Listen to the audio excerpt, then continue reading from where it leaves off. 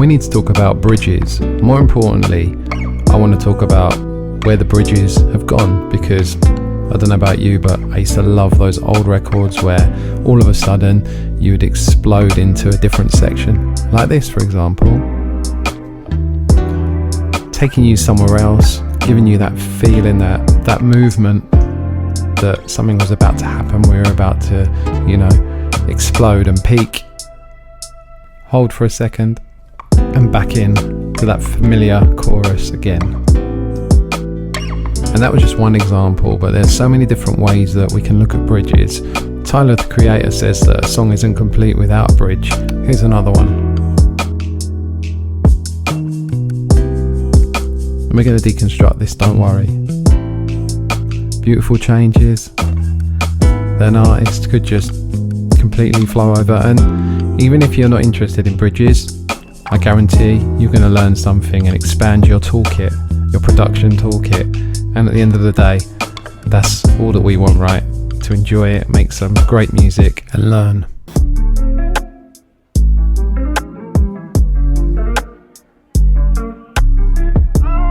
So in traditional songwriting, especially in R&B from the 80s, 90s and early 2000s, the bridge was that magical section about 2/3 of the way through a track that shifted emotion. It usually changed the chord progression or flipped the melody or introduced a counterpoint, and it gave the vocalist room for a climax or emotional explosion before the final chorus.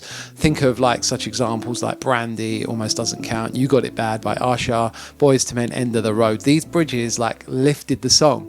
It was the part that people replayed over and over again. Let's be honest, most R&B tracks today don't have too much deviation. They vibe, they loop, they create atmosphere, but that journey, that lift that makes your stomach flip, is often missing. And that's because the bridge, one of the most emotional tools in songwriting, has quietly disappeared.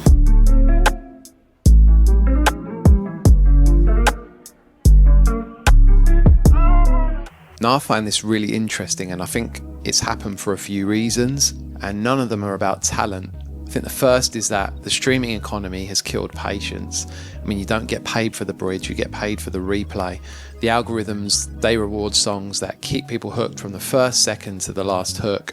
That's why most songs now follow a 2-hook model. Short intro, chorus, verse, chorus, done. You'll find that most tracks are 2 minutes, 2 minutes 30. It's lean, it's addictive, but musically it's like fast food. It fills you up, but you're still hungry at the end of it. 2 is the rise of loop-based production. It's changed how we write music. Most producers today don't sit at a piano or guitar exploring progressions. They scroll through folders of melodies, looking at splice or sample packs. And there's nothing wrong with that. It's efficient. I do it myself. But it means that songs are built on grooves and not journeys. There's no moment where the chords pivot or the key modulates or the melody flips. The moments that used to be the bridge. As Pharrell once said in a 2003 interview, the bridge is where you go to a different planet and then come back. And that's the part we've lost, the sonic detour that makes the return home feel so euphoric and amazing. A bridge isn't just a fancy part, it's a psychological reset. After a listener hears the same loop for 90 seconds, their brain starts tuning it out, and a bridge re-engages their attention, releasing a burst of dopamine. It's the same principle that filmmakers use: tension, release, tension again.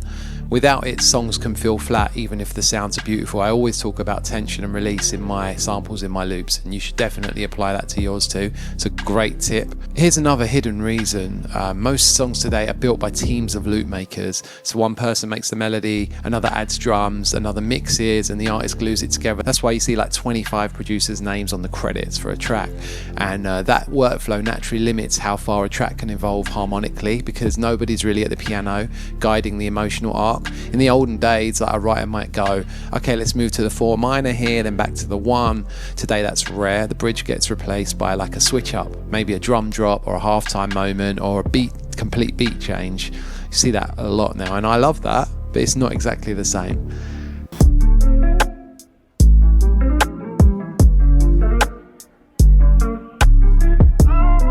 You're like, it's all good talking, but get to the bit where you show me how I can create an amazing bridge. And here we are. We're going to do a bit more talking after, because I just want to add a couple more things. But for those of you that don't really want to hear the history behind this stuff, then let's just jump straight into how we can take, say, a 4-bar loop and add a different section that fits, that takes us somewhere else.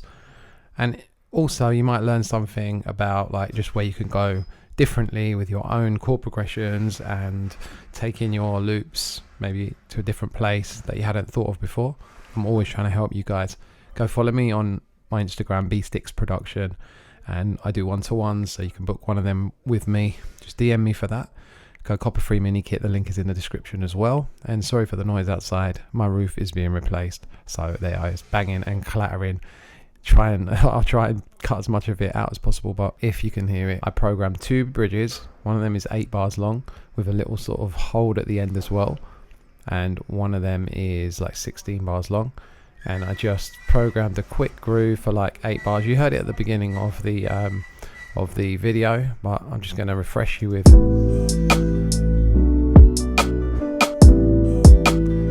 What am I doing here? I'm in the key of G major, which is a nice key I like to work in a lot, and I'm just going from the 2 chord, which is an A minor, and I'm playing an A minor 7th chord, which is just basically a 4-note chord, and I've just, you can repeat some of the notes again. So I'm going from the A minor 7th to a B minor 7th. Very, very common R&B progression in loads of different genres as well. Just a 2-3 progression in G major. When I say 2 and 3, I just mean A is the 2nd degree of the scale of G major and B is the 3rd. So we're going from A, B, and then I'm holding this A for a whole bar, and then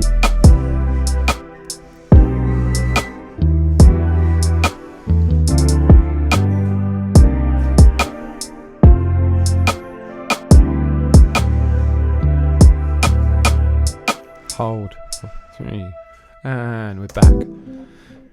Now, what am I doing here? I can break it down. I am playing some chords that are within the scale of G major, and I'm also jumping outside to provide moments of tension that I'm going to resolve throughout the bridge section.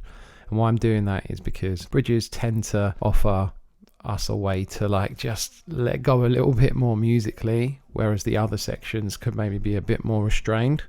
Now, I start this bridge with a little preempting. I'm going dee dee da. There's 2 notes, very simple, and then I drop to the C major chord, which is the 4 chord in the scale of G major. So we go C major 7th.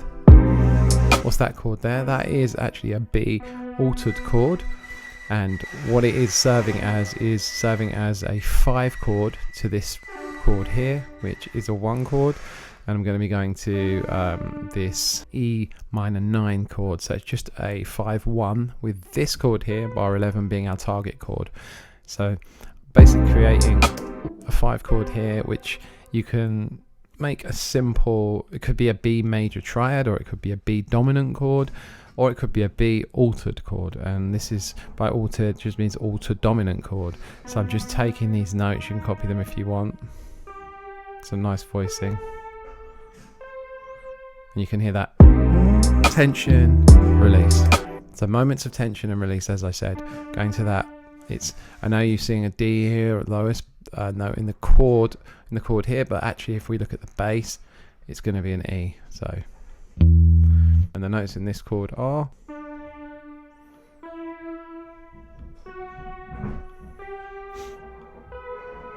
there you go. And as always, I like notes that are close together. They're rubbing together here, which is causing a little bit of dissonance, which is always pleasing in a chord for me. So from bar 12 to like bar 17, we're doing some interesting stuff. Maybe taking it a level up from what we have before. But again, I wanted to flex a little bit. Now on the next bridge, I'm flexing even more, but here we go. We've got a little bit of like parallel movement here. What do I mean by that? Well, at bar 13, I'm playing a chord that is not in the G major scale. You're asking, how can you do that? Well, it is in the G minor scale, and it would be the 4 chord in the scale of G minor. It's a C minor chord. The reason we can do that is we can actually use any chords from G minor, or if we're in the key of C, we can use any chords from C minor, as long as we then bring it back eventually to our tonal center, to our key of G major. Now this here is a C minor 9 chord, and what we have in bar 12 is a 2-5 leading to that. So the 2 of this C would be D, so we've got like a D minor 9 here, then we've got a G, and normally we would go to a C major chord here, but we've gone to a C minor chord. So from bar 13 I'm kind of breaking expectation, we're going somewhere else, and it takes us outside. And if you were to sing a melody over the top, you kind of go,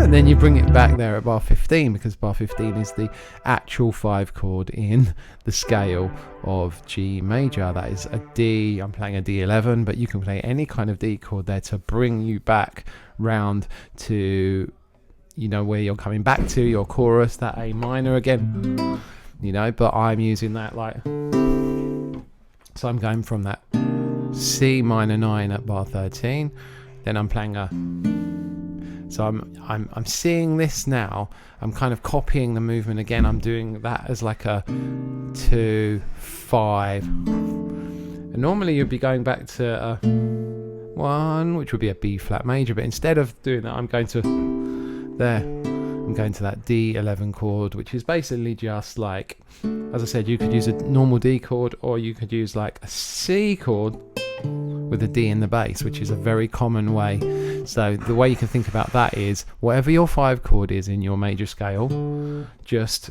play a major triad, a whole tone underneath, and add that bass note, and you've got that lovely chord there.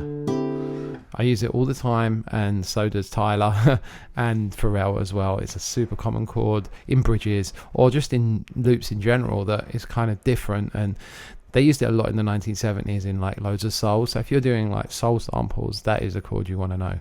Anyway, if you want to go deeper on this, just hit me up on IG and we can like look into that for a 1-to-1. But yeah, that is the first bridge right there. Sorry to interrupt the middle of the Logic session, but I just wanted to come back on and reinforce why I think it's important that, you know, you still need to look at how a bridge is made, and, you know, different parts that you can put into a bridge in 2025 and beyond.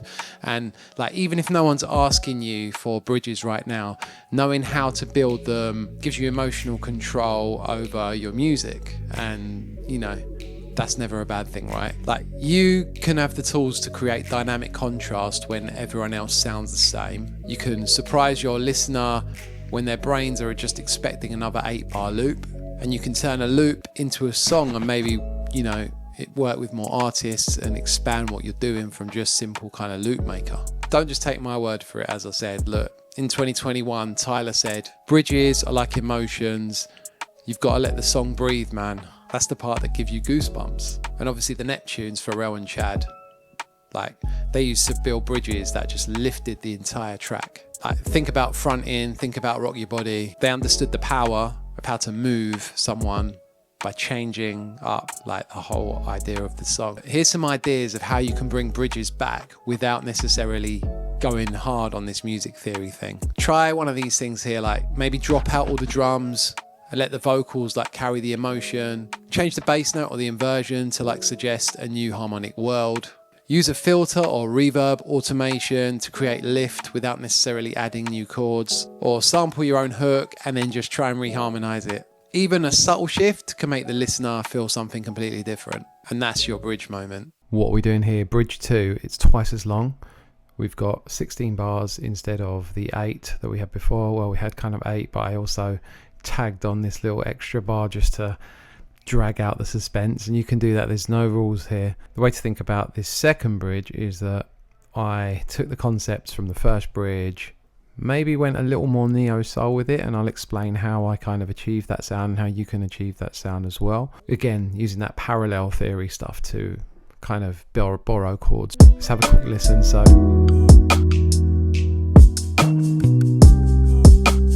C, A minor, we're still in the key now, but we've come out, that's not in the key, giving us tension. F, that's not in the key. Back to that E again. Oh, we're getting back, and now we are. That is our cycle. Beautiful chord progression. Let's deconstruct that now in a little bit more detail. So the first chord is an E major 9 chord. E major is not in G major. There's a few ways we can view this E major in the context of the scale of G major. Firstly, it can be maybe a secondary dominant, because that E major can be seen as almost like a 5 chord to the A minor, which we know is in the key of G major as the 2 chord, and we've been using that a lot in our example, so it's kind of like, so we could go, you see there's a 5 chord there, that's just going from an E major, but the E major 9 is a bit more of a kind of colourful version of an E chord. I've just added a couple of notes to make it more of a kind of an R&B chord there, so it can work in that context. However, I don't go to the A minor, I go to C major, but C major is very close to A minor anyway. Just if I change the bass note, it will be almost an A minor chord. The other way we could see this is that E major is a borrowed chord. E minor is the relative minor of G major. That's to say, if we play the G major scale and go to the 6th degree, the note is E and will be an E minor. So if we're in the key of G major, the 6th chord will be an E minor chord. However, if we now view our song as being in E minor, same notes as G major, we can borrow a chord from the parallel major scale of E minor, which is E major. Right? It's unexpected, but again, it gives us a beautiful colour after. If we go,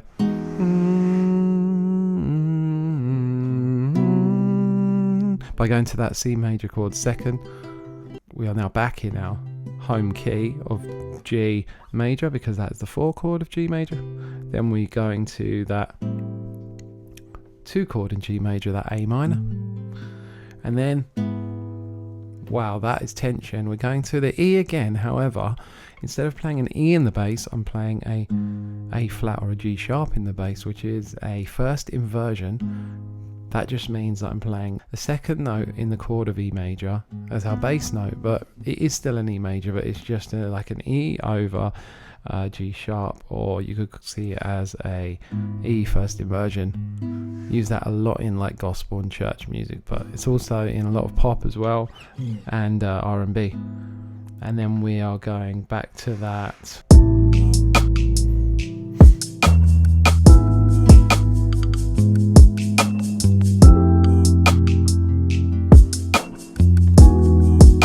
We're creating even more tension by going to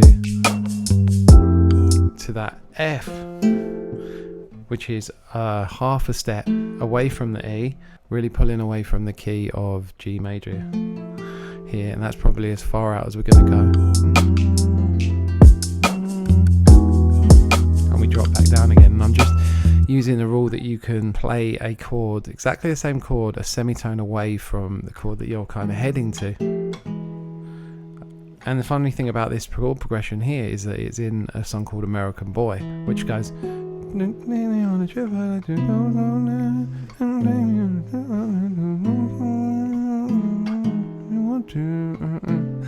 you remember that song, Kanye from back in the day uses these kind of similar moves, not diatonic, but really interesting still. We're back to that first inversion, then we're A minor, and that brings us back to our start of the cycle of the chorus again, which is just the A to the B. So yeah, that is in a nutshell the theory behind Bridge 2.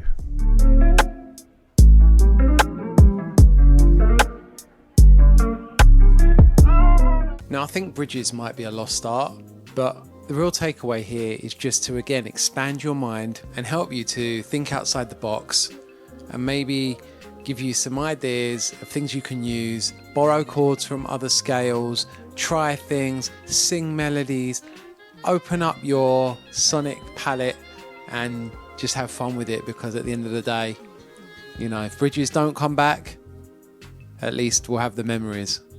I'll see you on the next one.